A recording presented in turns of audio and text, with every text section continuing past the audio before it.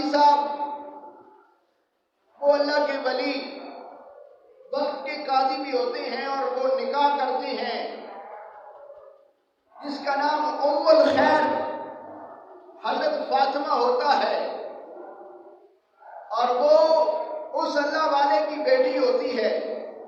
شام کا وقت آتا ہے اور وہی اللہ کے ولی ابو عبداللہ صالح یعنی غوث پاک کے والد کو بولتے ہیں کہ آپ فلاں کمرے میں چلے جائیں، وہاں آپ کی دلہن آپ کا انتظار کر رہی ہے، صبح جہاں مرضی جائیں ولیمہ کریں، اپنے گھر جا کے کریں، یا جہاں میرے پاس ٹھہر جائیں میں ولیمہ کر دوں گا، لیکن نکاح ہو گیا ہے، آپ فلاں کمرے میں جا کے آپ کی دلہن آپ کا انتظار کر رہی ہے، تو آپ وہاں کمرے میں چلے گئے۔ جب ابو عبداللہ صالح غوث پاک کے ابا جی اس حجرے میں جاتے ہیں، اس کمرے میں جاتے ہیں، تو کیا دیکھتے ہیں؟ ایک حسین و جمیل خوبصورت نوجوان دلہن سج دج کے میک اپ میں موجود ہے۔ ابو عبداللہ صالح دروازہ کھولتے ہیں، دروازہ کھولتے ہی جب نظر پڑتی ہے فوراً واپس پلٹتے ہیں، جبت پہ واپس آ جاتے ہیں اور سخت پریشانی کے عالم میں پسینے میں شرابور ہو جاتے ہیں، جا کے عرض کرتے ہیں اللہ کے ولی، اے میرے مالک، میں آپ کی شرطوں پہ راضی ہو گیا تھا، اب میں جس حجرے میں گیا ہوں آپ کے حکم کی تکمیل میں، وہاں تو ایک خوبصورت حسین و جمیل عورت، نوجوان خوبصورت دلہن سج دھج کے بستر پر بیٹھی ہوئی ہے، اور آپ نے تو بولا تھا آپ کی اس لڑکی سے شادی ہوگی جس کی آنکھیں نہیں ہیں، جس کے کان نہیں ہیں، جس کے ہاتھ نہیں ہیں، جس کے پاؤں نہیں ہیں، لیکن وہ تو اللہ کے فضل سے صحیح سلامت موجود ہے۔ تو آپ نے فرمایا کہ اے میرے غلام، اے میرے صاحب، تو نے ایک سیب معاف کروانا چاہ اور رب نے تیرا رتبہ اور مقام لوگوں کو بتانا چاہ،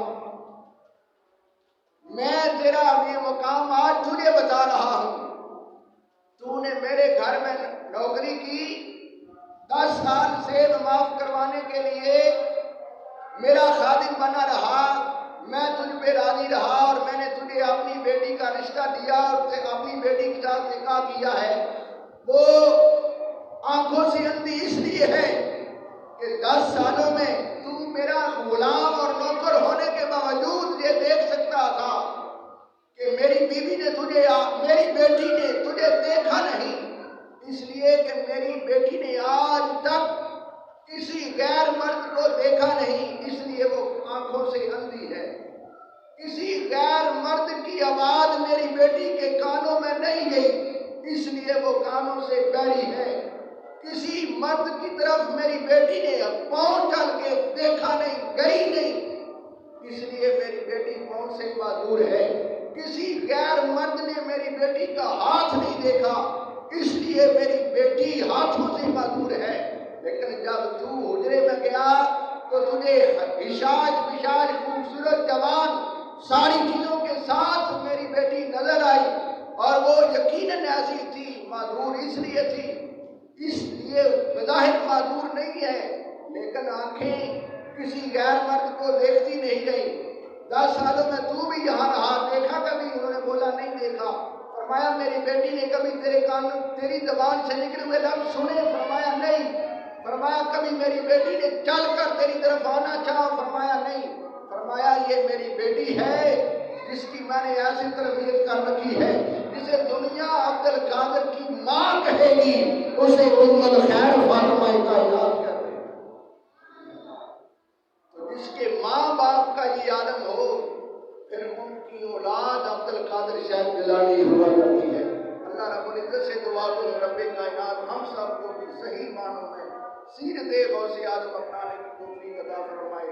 وآخر دعوانا الحمدللہ۔